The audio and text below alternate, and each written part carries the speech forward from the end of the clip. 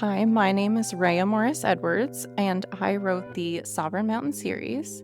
Today, we're going to be talking about Jensen, which is the fourth interconnected standalone, and it comes out on November 11th, 2025. Welcome to Love Letters and Books, a podcast for anyone who loves a good story. This is a soft space to explore romance in books where no topic is too taboo. I'm your host, Casey, and this week I am sitting down with author Raya Morris Edwards. Most of you know Raya from the Sovereign Mountain series, a timeless, dark cowboy romance with high tension, high spice, and even higher stakes. On her last visit to the podcast, Raya and I spoke at length about the first 3 books in the series, Sovereign, Westin, and Deacon. Today, we're talking about Jensen, the 4th book in the series centered around one of my favorite side characters from the previous books. In our discussion today, we'll explore themes of revenge, fighting internal and external battles, degradation kinks, power exchanges, and so much more. Welcome to the Love Letters and Books podcast, Raya. I am so glad you're here. Thank you so much. I am so excited for this. Jensen is one of my favorite books, and I know I always say that. Every single time I write a book, I'm like, this MMC is my favorite, and this book is my favorite. And it is. Like, that's true. I'm not making that up. But for right now, Jensen has like a special place in my heart, and I'm so excited to release this book. Oh, well, that stands out to me because I feel like as a reader, I sometimes feel that way too, especially when I'm really invested in a series and I have almost been anticipating that particular character's book and you just can't wait for it. And I'm so excited that we are recording this episode today because I was having a very Monday morning and I wanted to go back to Sovereign Mountain. This is a series I love. These are characters I adore. And I'm just really excited about this book, Jensen, because I'm a huge fan of just loving a series. And there's always those characters who are the constant through all the books. And you're getting glimpses of them through whoever is sort of narrating the book, whether they are a reliable or unreliable narrator, but you're seeing glimpses of these characters and you're seeing them through their actions, but you're not really sure about their motivations, their intentions, what they want, what they need, what they would kill for. Like, you don't know that much about them. You just see how they participate in someone else's life. And so Jensen, from my perspective, has been a key player in the background of connecting people to what they want, really helping them get what they need. And now we've come to his story. And all I really know about Jensen is that he knows everything about everyone and that he's always willing to help out and jump in and do some of these crazy things that these people need to do to get what they need. So I want to know from you, what is it about Jensen that makes him such an incredible character, and why did his story need to be told? I feel like Jensen is very multifaceted as a person. And I also think, and this was intentionally written, as every character who encounters him sort of perceives him slightly differently, which is normal. You know, people in real life, everyone has a different opinion about everyone else, sort of. And I kept hearing from readers like, we really want to know more about Jensen. He's so mysterious. What is going on with him? And I knew from the very beginning, basically kind of what was going on with him, but being able to bring in little bits and build that up.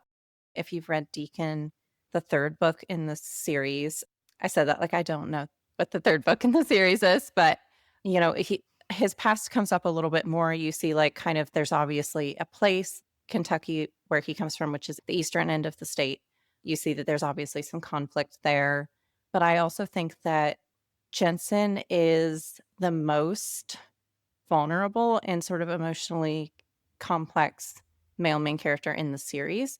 And I felt like that was really important to have his book in the series, not only just in the series, but in the series where it was. So you see this sort of progression, especially coming after Deacon, who's very like maybe a little less emotionally complex. You know, he's just kind of like, yeah, he's just a bold personality, kind of like a big bold personality. And Jensen is a lot more of sort of like an his actions speak very loud, but he's also very emotionally complex.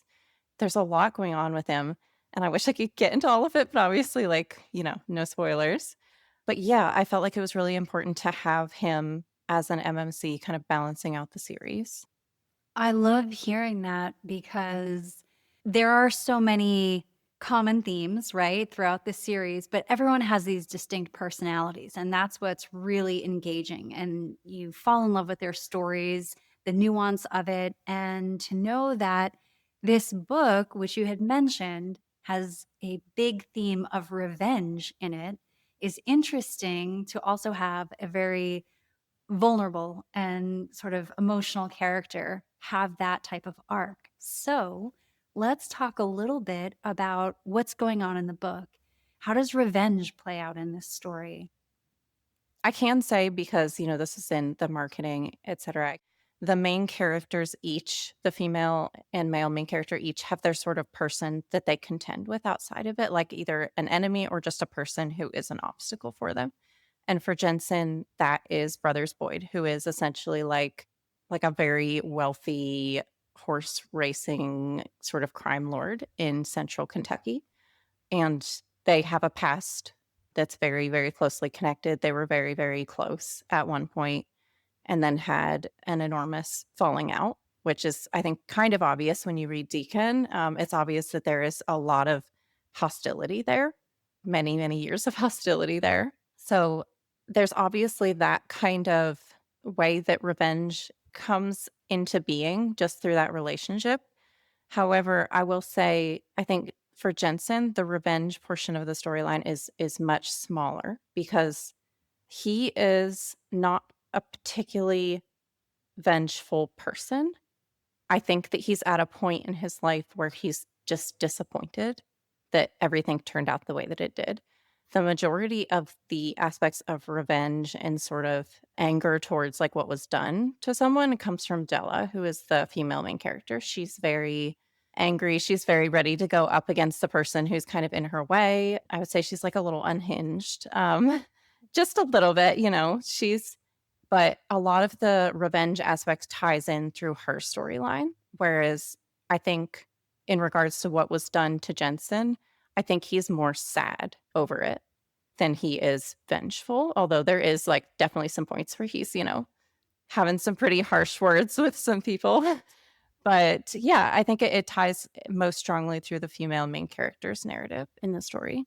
Oh, that's so exciting. And then touching on the theme of revenge, talking about it just in general, why it's interesting to write about and why it's really interesting from the reader's perspective. So, my first thought is that in our lives, we've all had these things that happen where we think, if I could go back, if I could change that, if I could have said or done this one thing, or I want that person to sort of get theirs, right? But in real life, that Mhm, doesn't always happen, right? We're just kind of stuck with that thing in our head that we tell ourselves when we're in the shower, like, I would have said this in that situation, or what we wish would happen to this person. And it doesn't always unfold that way. So, from the reader's perspective, revenge and sort of having these things come to the surface and having people process them and work through them, it's cathartic, it's interesting, it's engaging, and it kinda touches on something that we experience ourselves. And so sometimes a book is a really interesting way to experience it because it may not unfold in our mhm, lives, right? Someone can be an abuser, a trespasser, do something to us and they just get away with it. That's a very human story. And so I think from the reader perspective, that's why it's so interesting when you have these stories where it's almost a full circle moment and we get to experience a main character in their power, whether that's being vengeful or whether that's being unburdened and moving through something and being able to let it go and let it go into the past. So I'm interested to hear from your perspective as the writer why this is an interesting thing to weave into the story and to build the character arc and to introduce us to these characters in this way where there's something from their past that has not been resolved. What's that like for you to put into a story? I think that for me personally, that's like one of my favorite things to write because I think that everyone relates to it on some level. Everyone has experienced something that happened where they were like, someone did me wrong or caused some kind of permanent harm or long lasting harm. And creating a character arc that centers around breaking free or making peace with that, depending on the thing, which I will say in Jensen, one of the central themes is there are some things that are worth getting revenge on, and then some things that maybe were more complicated than you realized at the time. And that's why you have in this book, there's like a villain who's like a real villain, and then there's somebody who's just someone who had a really complicated relationship for many reasons they did not do a good job during that time and inadvertently hurt a lot of people kind of thing. So I think there's a lot of different ways to tell that storyline, and this book definitely touches on it heavily.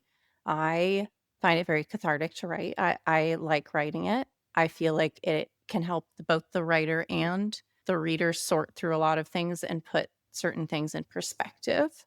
Yeah, I really feel that. And it's also interesting when I think about some of the other books in the series that I've read. And we mentioned this in our previous podcast episode how there's this other cathartic experience that goes on in the books where your main female character is brought from a point of hopelessness or feeling like they're cut off from resources or opportunities. And they move into this space of softness and this sensual experience. And it's very different. And I guess I just wanted to touch on that in this book. We don't know anything about Della, and I'm not going to have you go too deep, but that experience of going from deprivation, whether it's physical, mental, spiritual, emotional, to a fuller life where you have a partner and you have someone willing to fight for you and with you and all of that. How does that show up in this book? Della starts out kind of at peace with where she is and happy with it. She is, living in the eastern part of Kentucky. She kind of is living a fairly simple life and she's happy with it because her main priority is kind of getting to live on her own terms, doing what she wants. Like she's not interested in it sort of like running off and doing something wild. She just kind of wants people to leave her alone, which, I feel like a lot of people can relate to. And she's removed from that and brought into a sort of higher or like an upper class society kind of, where she's not comfortable with it. And obviously there's a previous relationship because I have in the tropes listed that she is a single mom. So she has a child from that relationship. And there is a custody situation in this book, which is the prime motivator for the female main character, Della. She is essentially powerless, being from kind of a different, she doesn't really have a lot of money, doesn't have any kind of power, and she's looking for someone to help in that situation, which is how she ends up meeting Jensen. I love that you've chosen to highlight that part of her experience because I think that that's another common experience for people. These are not experiences that are out of our realm of day to day life where people have children, they have custody issues. It brings up so much tension. And it's not like it's just this one thing. It's mental, physical, financial, spiritual, emotional. All of these things get really tied up in this. And I think it's really interesting where you're saying she's thrust into this experience in a really high stakes zone that she's not familiar with. And what would you say is the feeling that you want readers to leave with when they close the book? So, this is my first book that I think that when you finish it, there is like a little bit of an element of sadness. And I just want to say up front, it absolutely has a happily ever after. Everyone lives happily ever after. That's not up for debate. But I think there is an element with that heavy theme of, there are some things you get revenge for and other things that maybe you just didn't understand at the time. Like you didn't understand what was going on and you didn't have the tools to understand with these super hyper complex relationships going on. I do think there is like an element of sadness, but also very high reader satisfaction, as in, like, I promise when you get to the end of the book, you're like, yes, everyone who needed to get their just desserts got them. But I also, when you were talking about kind of like how I wanted readers to feel, The story is very heavily regional. It's very heavily Kentucky. I am a Kentucky-based author, and it pulls on a lot of that. I worked really, really hard on preserving sort of Jensen and Della's kind of regional voice and what you would find, like, culturally here, and worked super hard at that. So that's definitely something that I hope comes through. And so far, like with early readers, I think it has. But yeah, I definitely want it to feel like a little sort of slice of a very realistic world as well to readers when they read it. And what do you think it is about their dynamic together that created such a compelling story? Like, what do you love the most about these two characters together? So these characters, they are very sassy.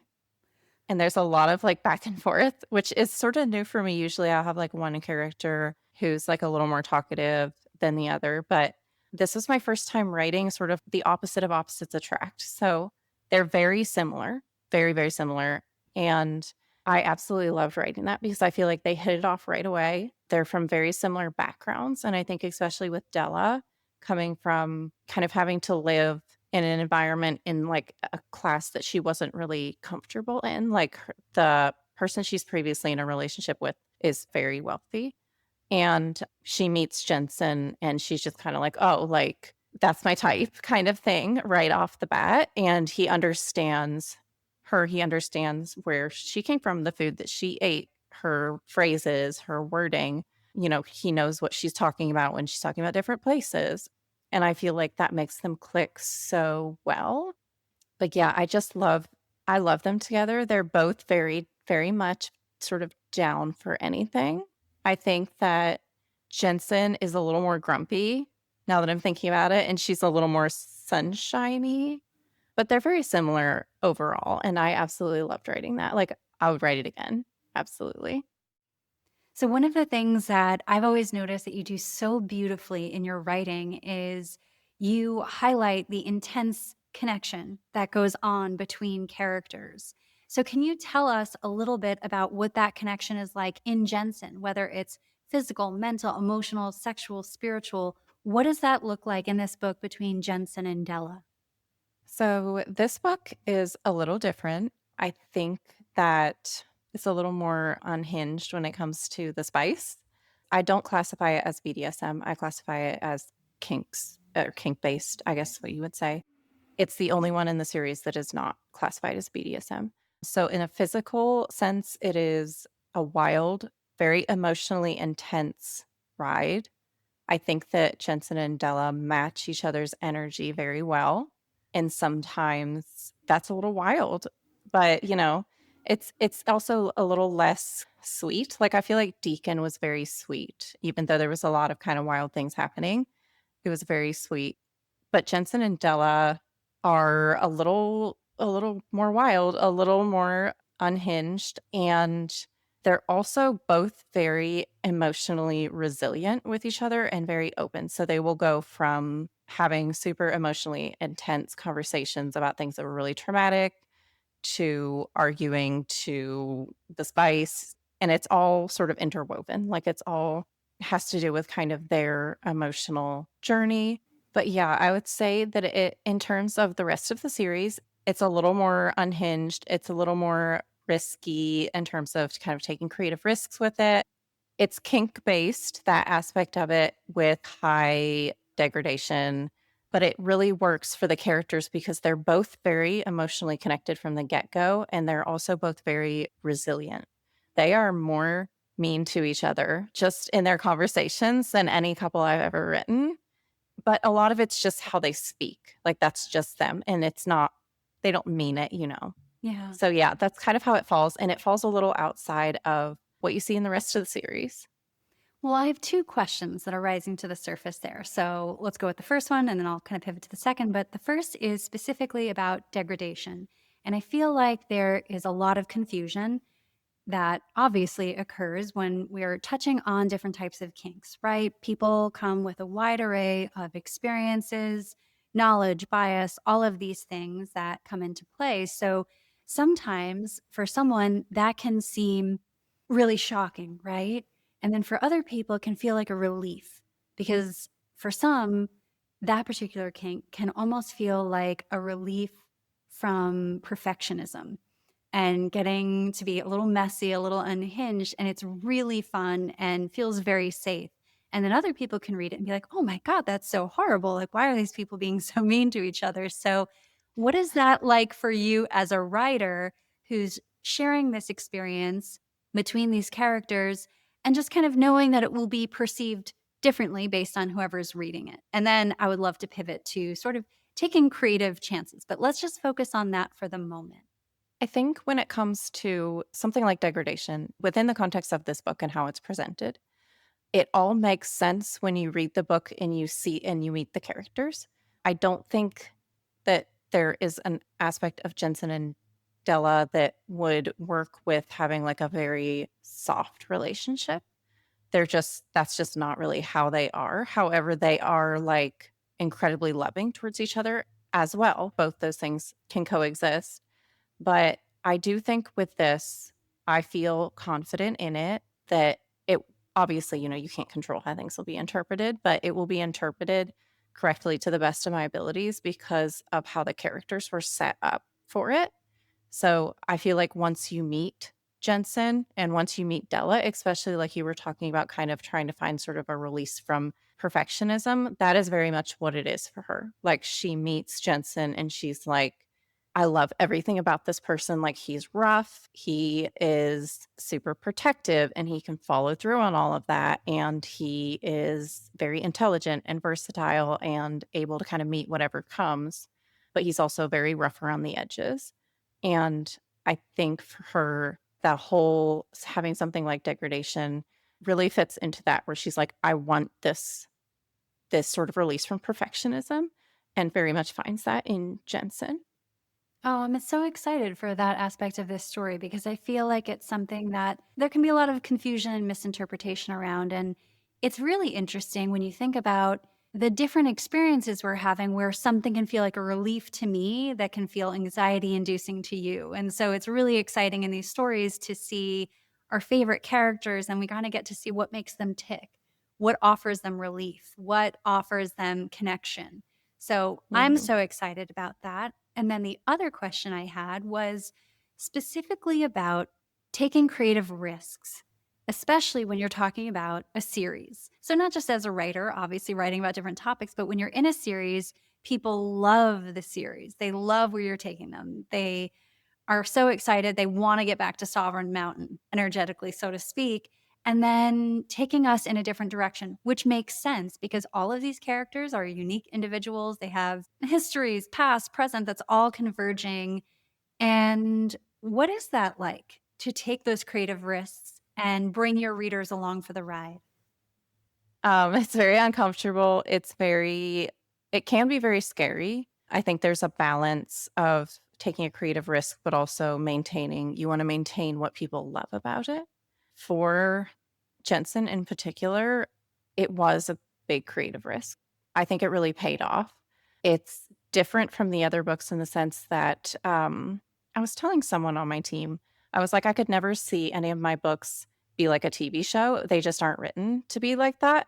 But I could see Jensen. It's just like a very much a sort of traditional action adventure where there is a lot of adventure, there's a lot of things happening, and it's very fast paced. And that's not something that I really wrote before with Sovereign Mountain.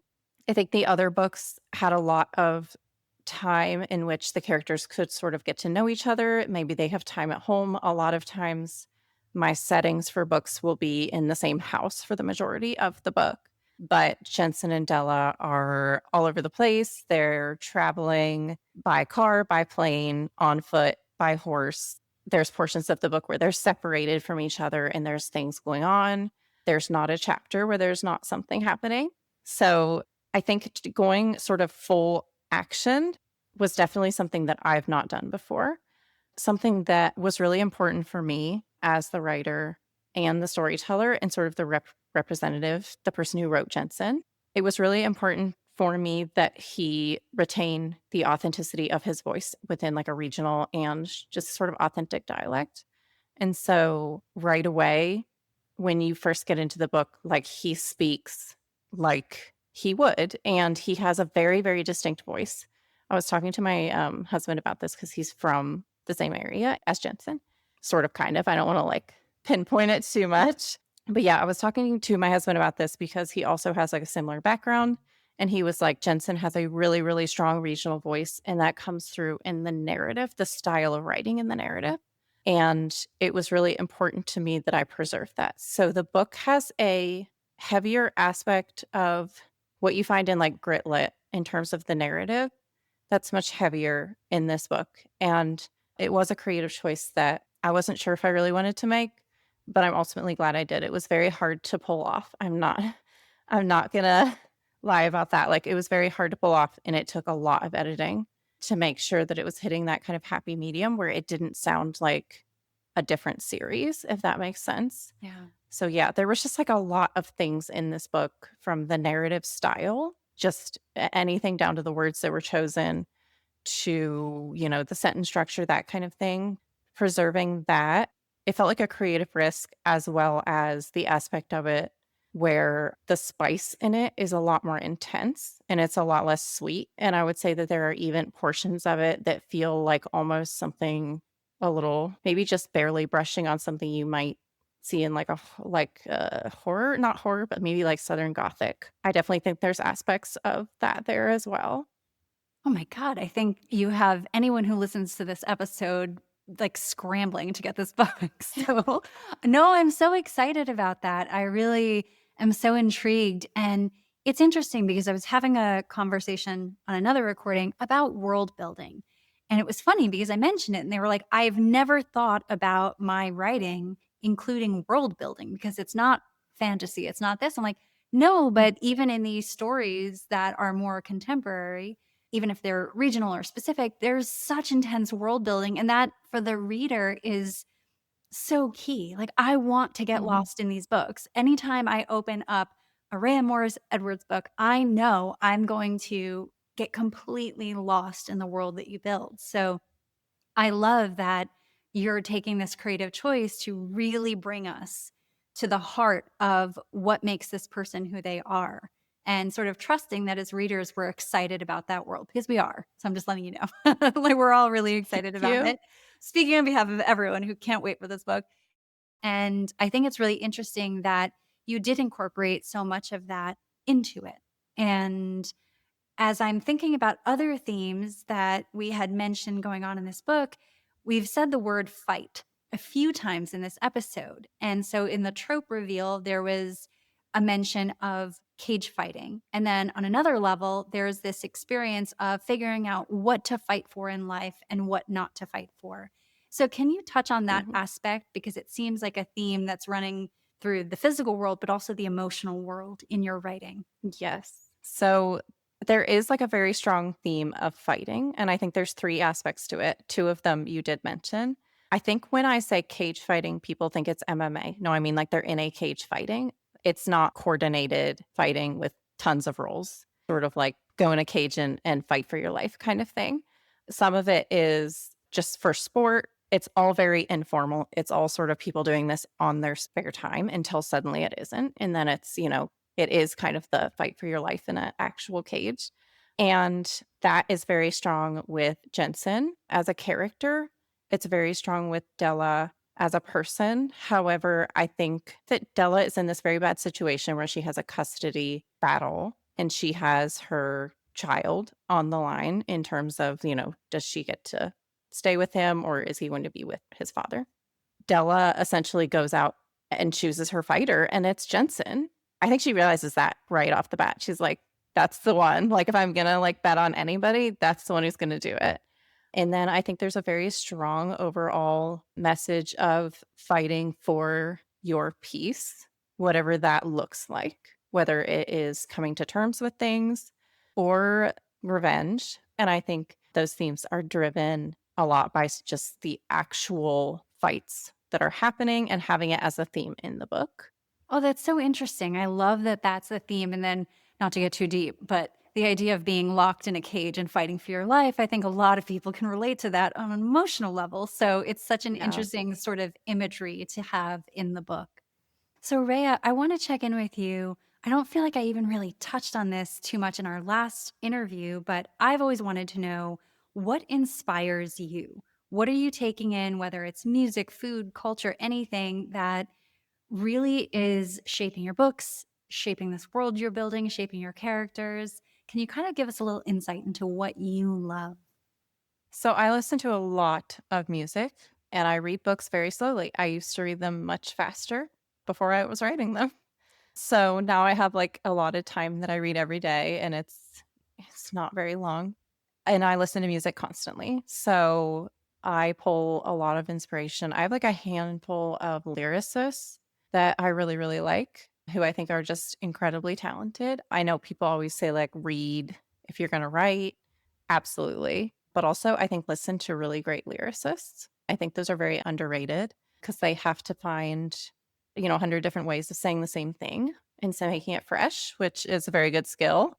But, I mean, it's no secret, y everybody knows I love Tyler Childers, like and everybody loves Tyler Childers, um, yeah, I love his work. I think he's a great lyricist. I also have mentioned it before being very inspired by Lord Huron. I can't remember his name now, but the guy who is the lead singer, he's also, like, a really, really good lyricist. I've never heard anything from him that I wasn't like, "This is very, very good." I'm a huge fan of the band The Decemberists. I also think that they should be required listening in terms of just incredibly, like, brilliant lyricism and storytelling, and I listen to a lot of, like, indie folk pop. Maybe I don't know if The Decemberists would be considered pop or not, but they're definitely indie folk, and I read a lot across different genres. I just bought a horror, which it's like a Southern Gothic horror, and I cannot remember the name of it, but that's gonna be my next read. I read across romance, a lot of, like, literary fiction, short stories. Short stories are great for me because I can read them quickly. That's kind of what I'm doing now, like, because I'm under a lot of really intense deadlines, it's a lot of reading short books and listening to a lot of music, honestly. Well, it makes sense. Is there a release or releases that you're excited about? Like your favorite writers, books that are coming out that you can't wait for? Yes. Okay. So I just finished reading Kiss of the Basilisk, and I loved it, and so I'm really excited. I actually think it comes out the same day as Jensen, so I know what I'll be doing on my own release day. But yeah, I'm really excited for that. I can't wait. That was, like, so much fun. That was, like, the most fun book I read all year. So, yeah, I'm really, really excited for that one. Yeah, that one's at top of my list. I feel like this whole working full time gets in the way of me Yes. reading It as does. much as I want to. No, but It for really me, does. my day job is very scientific, medical, all of that. So I love being able to crack open a book at the end of the day and just like dive into a world that is Mhm. the complete opposite of what I've been doing all day. So really appreciate you sharing what inspires you. And it's so funny. I really never put two and two together thinking about the importance of lyricists and how they're saying the same thing a ton of different ways. I live with a musician, so he's going to love that I've had this epiphany today with you and be like, Yes. yes, I've only said that every day for 10 years, but Yeah. he's going to love that I'm like, I Yeah. had a great interview and she said this. Someone I completely forgot was Alex Turner. Alex Turner, I know he does the Arctic Monkeys, but, like, Alex Turner is potentially one of the I think is one of the best songwriters in this generation of songwriters. Like, Yeah. despite being wildly famous, he's very underrated just on a technical, lyrical level, in the way that he is able to say something 100 different ways and make it sound so incredibly fresh, and he's also just, like, a really brilliant storyteller. I can go on and on about just how amazing I think a lyricist Alex Turner is. Like, honestly, yeah, We could go deep I'm a because huge I fan. have the same Yeah. feelings. Not only is he the most incredible frontman, which is hard to do, but then Mhm, also just the way he can spin a story that makes you feel like you're in the room mhm. is just intense. So I love that, he's added Yeah. to the list. I'm thinking about some of my favorite lyricists, and it's very funny. I think John Prine was always very much at the Mm, core of everything. It's almost like a folk fairy tale. Like he's just telling you stories mhm. about these slices of life that he's very familiar with and seemed very foreign Yeah. to me. I grew up in New York City. And I'd also say Towns Van Zandt. That was another one where it was just his lyrics, his songs.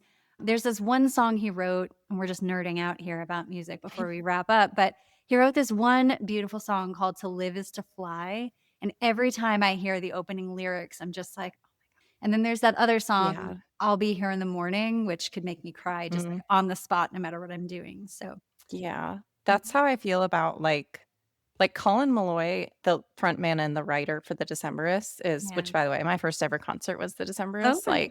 like, he's just so brilliant Yeah. in his not just his storytelling, but you wouldn't mistake if someone just printed off the lyrics of a Colin Meloy song, you'd be like, "Yep, that was written by Colin Meloy." And he does write books too. He wrote the Wildwood Chronicles. I just I'm so fascinated. I would love to just ask him, like, "How do you get this much creativity?" Tell me how you do it because I wanna know. Let's invite him on for just, like, a three-person Yeah, panel episode and be like, "Hey, listen, we need 10 that'd be minutes of your time." amazing. Yeah, Don't test me, yeah. I probably will do that. Anyway, no, Rhea, it was so wonderful to have you here. I'm so excited about your next 2 books. I cannot wait for Jensen to come out. I wanna touch very briefly on Jack before we close. Tell us about this character who has been a key player in every single one of these books, and we don't know enough about him. So just give us a few words about Yes. Jack. So, Jack is he's the curtain call for the Sovereign Mountain series, and I think it should be somewhat obvious at this point that there's an aspect to the Sovereign Mountain series that is camp. And I think that comes out very strongly in Jack. Like, by the time we air this, I'll probably have the tropes for Jack up. If not, you heard it here first, but there is cults, there is cannibals, there is fighting cowboys, there is a lot going on. I would almost say that, like, Jack is the rock metal cowboy, if that makes sense. Like, if Jensen was the indie folk cowboy, Jack is the rock metal. He's like the Ghost BC cowboy, if that makes sense. Like, just very different, but also very much a Sovereign Mountain cowboy. I'm working on it now. So, at the point in which you hear this, I will be done with it. But I'm currently working on it. I think it's going to be a good finale for the series. It's going to touch on all of the things that you kind of know and love about Sovereign Mountain books, while giving it sort of a fresh take on it. And then I also think it sets up tonally for kind of what I'm doing after that as well. Rhea, thank you so much for joining us again. I loved hearing about Jensen. We can't wait to have you join us again to talk about Jack. And we just really appreciate it. Thanks for chatting with us.